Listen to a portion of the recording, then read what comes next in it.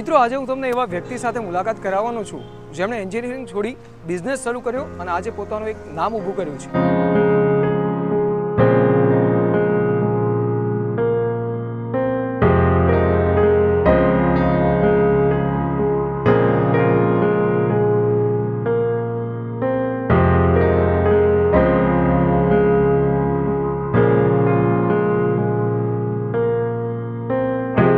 Shop number 18 Sudarshan gold Muralidhar party પ્લોટની સામે science city road સોલામાં શરૂ કરેલો આ બિઝનેસ એટલે ચંદુભાઈ ગાંઠિયાવાળા.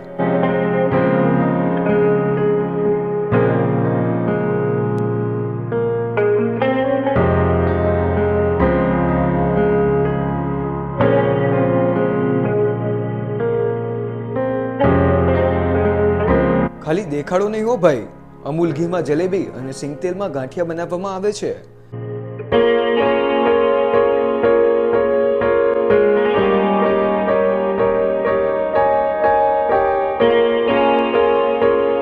તો હર્ષભાઈ, તમે જે આ સ્ટાર્ટઅપ કર્યું તો એના બીજ ક્યાંથી રોપાયા? એમ એવું કહી શકાય કે કોઈ બી વસ્તુ હોય તેની શરૂઆત કરવી બહુ મુશ્કેલ હોય છે. તો પહેલાં તો મારે એ જાણવું છે કે તમે શરૂઆત ક્યારથી કરી આની? હવે એકચ્યુઅલીમાં આ મારો આઈ એમ ધ થર્ડ જનરેશન. આ મારી ત્રીજી પેઢી છે, હું ત્રીજી પેઢી છું. મારા પપ્પાના અને એના પપ્પા એટલે મારા દાદાના ટાઈમથી 1952માં મારા દાદાએ સ્ટાર્ટ કરેલું. એના પછી મારા પપ્પાએ કન્ટિન્યુ કરેલું અને એના પછી મને શોખ હતો, પણ મેં બીટેક કરેલું છે, 2018 પાસ આઉટ છું. પછી મને અમદાવાદની અંદર એવું લાગ્યું કે ક્યાંક ચટણી મજા આવે તો ક્યાંક ગાંઠિયા મજા આવે, ક્યાંક ગાંઠિયા મજા આવે તો ક્યાંક ચટણી મજા આવે. તો મને એવું હતું કે આપણે એક કાઠિયાવાડી ટેસ્ટ આપણે એક અમદાવાદમાં બધાને વ્યવસ્થિત ગાંઠિયા ખવડાવીએ એ વિઝનથી. અને મને એવું હતું કે મારો બાપ દાદાનો ધંધો છે એ બી આગળ કન્ટિન્યુ કરવો હતો અને પ્લસ મને કોઈ બિઝનેસ કરવાની વધારે ઈચ્છા હતી. એના હિસાબે આ મેં તમે હમણાં કીધું કે ક્યાંક ચટણી મજા આવતી હતી તો કે ગાંઠિયા મજા આવતા હતા. તો તમે જ્યારે નોકરી કરી એ સમય પછી આમાં કેવું હોય છે કે નોકરી શરૂ કર્યા પછી એવું થતું હોય છે એમ કે જો નોકરી છોડી દઈશું ને જો ધંધો નહીં ચાલે, આવી બધી ઘણી બધી બીક રહેતી હોય છે, કારણ કે એક પરિવારની જવાબદારી આપણા ઉપર હોય છે. તો એ ડર વચ્ચે તમે કઈ રીતે શરૂ કર્યો એમ, અને કોનો સાથ સહકાર રહ્યો ખાસ તો એમ કે આ ધંધો તમે શરૂ કર્યો? કારણ કે તમે બીટેકની જે જોબ છે, ઘણા લોકો એના માટે પણ રાહ જોતા હોય છે, ઘણી બધી મહેનત કરતા હોય છે.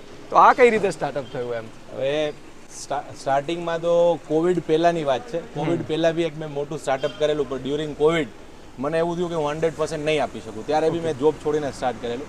પછી મારી જોબ પાછી સ્ટાર્ટ હતી. પછી જોબ સ્ટાર્ટ કરીને ત્યારે મારા નવા મેરેજ થયા હતા.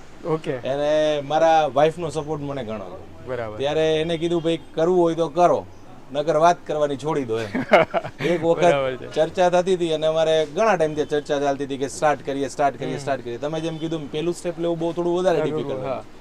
પછી એવું પ્લાન કર્યું. પછી મારા ઓફિસના જે સ્ટાફ હતા એનો બી સપોર્ટ પૂરો હતો મને. એટલે એના હિસાબે પછી મેં પાર્ટ ટાઈમ ફર્સ્ટ ચાલુ કરેલું. અહીંયા આગળ જ કોર્નર ઉપર એક આપણે સ્ટોલથી મેં શરૂઆત કરેલી. બરાબર. 14 જુલાઈ 2022માં. એના પછી ધીમે ધીમે 8-9 મહિનાથી આ બધા કસ્ટમરનો બહુ સપોર્ટ મળ્યો. પછી એક અહીંયા દુકાન કરેલી અને હજી એક આઉટલેટ છે આપણું આનંદનગર પર. ઓકે, એટલે તો તમારું આ રીતે સ્ટાર્ટઅપ થયું. હવે મારે નામ પાછળ થોડી માહિતી જાણવી છે કે ચંદુભાઈ નામ છે. આમ તો જોઈને કોઈને એમ લાગે કે ચંદુભાઈ હશે, પણ તમારું રિયલ નામ એમનું હર્ષભાઈ છે. તો આ નામ પાછળની કહાની જાણવી છે, નામ કોનું છે અને તમે હજી એ નામ જાળવી રાખ્યું છે એમ, તો મારે ખાસ એ જાણવું છે એમ. હવે એમાં શું છે, મારા દાદાએ 1952માં ઉપલેટાની અંદર એટલે એક નાનું સબ ડિસ્ટ્રિક્ટ છે ત્યાંથી શરૂઆત કરેલી. ત્યાં કોઈ નામ જ નહોતું. ત્યાં પછી મારા દાદાએ એક ધંધો કર્યો 25-30 વર્ષ સુધી. પછી મારા પપ્પાએ એ ધંધો ટેક ઓવર કર્યો. હવે મારા પપ્પાનું નામ છે ચંદુભાઈ. એ ટાઈમે ઉપલેટાની અંદર પેલા રાતે નાસ્તો કરવાનો ક્રેઝ નહોતો કાઠિયાવાડની અંદર. પછી મારા ફાધરે બધાથી પહેલા ઉપલેટાની અંદર રાતે નાસ્તો ચાલુ કર્યો. રાતે 8 વાગ્યાથી લઈને સવારે 3-4 વાગ્યા સુધી ગાંઠિયા બનાવતા. એના હિસાબે પછી ત્યાં અમે એક મારા દાદાએ બેઝ બનાવ્યો. પછી ત્યાં પોપ્યુલારિટી મળી ચંદુભાઈના નામે, ચંદુભાઈ ગાંઠિયાવાળા. બરાબર. અને મને બી એવું જ હતું કે આપણે જે નામ ત્યાં છે આપણે અહીંયા કન્ટિન્યુ કરીએ. 70 વર્ષ પછી પેલું બોર્ડ મેં ચડાવ્યું. ઓકે, એટલે આ નામ આમ તો મારા ફાધરનું છે. અને સ્ટાર્ટઅપ એમને નામ એમનેથી કર્યું હતું કે તમે નામ આપ્યું છે? મેં એમને ત્યાં અમારું કોઈ નામ જ નહોતું. ચંદુભાઈ ગાંઠિયાવાડાના ત્યાં એમ જ ફેમસ હતા. અને નામ તમે બોર્ડ પેલું ચંદુભાઈ ગાંઠિયાવાડાનું મેં ચડાવેલું. નામ તો નામ ઉપરથી એવું કહી શકાય કે પેલી હમણાં એક રાજભાની કવિતા પણ ખૂબ વાયરલ થઈ છે કે ઉપાધિ કરમાં હું બાપ બેઠો છું. આ એક એવી કહેવત છે અહીંયા તમારા ઉપર સાર્થક. કારણ કે નામ ભલે પિતાનું તમે ચડાવ્યું છે પણ એ નામ ખૂબ મોટી વસ્તુ છે. તો બીજું પણ એ પણ જાણવું છે મારે કે જ્યારે તમે બીટેક કરીને એક પ્રકારે નોકરી સ્ટાર્ટઅપ કરી, બધું કમ્પ્લીટ થઈ ગયું હતું તમારું, છતાં અમુક કેવું હોય છે કે અમુક ધંધો કરવા માટે પોતાનામાં આવડત હોય છે પણ અમુક લોકો અચકાતા હોય છે કે નોકરી છોડી દઈશું તો ધંધો ચાલશે કે નહીં, આ બાબતે બહુ અટકાતા હોય છે. તો એ નવું જે સ્ટાર્ટઅપ કરી રહ્યા છે એમને તમે શું કહેવા માંગશો ખાસ? તો નવું સ્ટાર્ટઅપ જે કરી રહ્યા છે ને એના માટે એક સિમ્પલ સલાહ છે કે પહેલાં તમે તમારા મનની થોડી વાત સાંભળો, થોડો સમય તમે તમારા માટે આપો, તમારે જે કંઈ બી વસ્તુ તમારા ગોલ્સ છે એ તમે પૂરા કરવા પાછળ થોડો સમય આપો, થોડું સ્ટડી કરો અને પછી ક્યારેક ને ક્યારેક તો તમારે રિસ્ક લેવાનું જ છે. એટલે તમે કોશિશ કરો કે જેટલું તમે રિસ્ક કમ કરી શકો.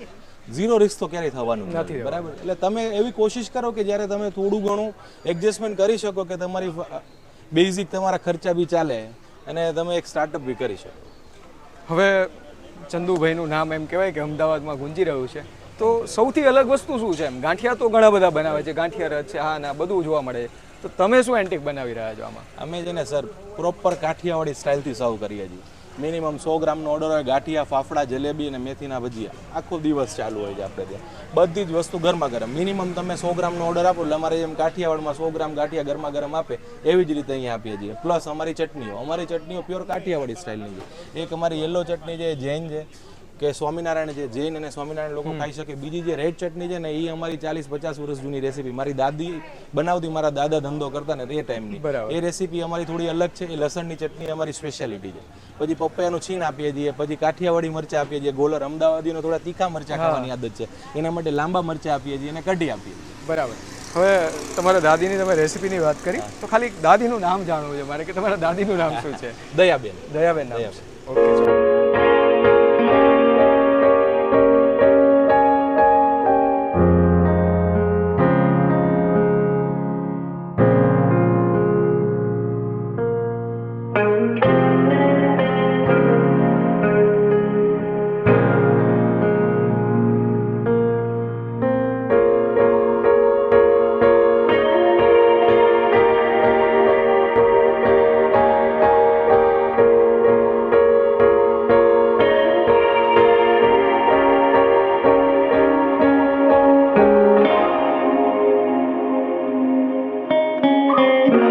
દુકાન સવારે 7 વાગ્યાથી 1 વાગ્યા સુધી અને સાંજે 4 વાગ્યાથી 7:30 વાગ્યા સુધી ઓપન હોય છે.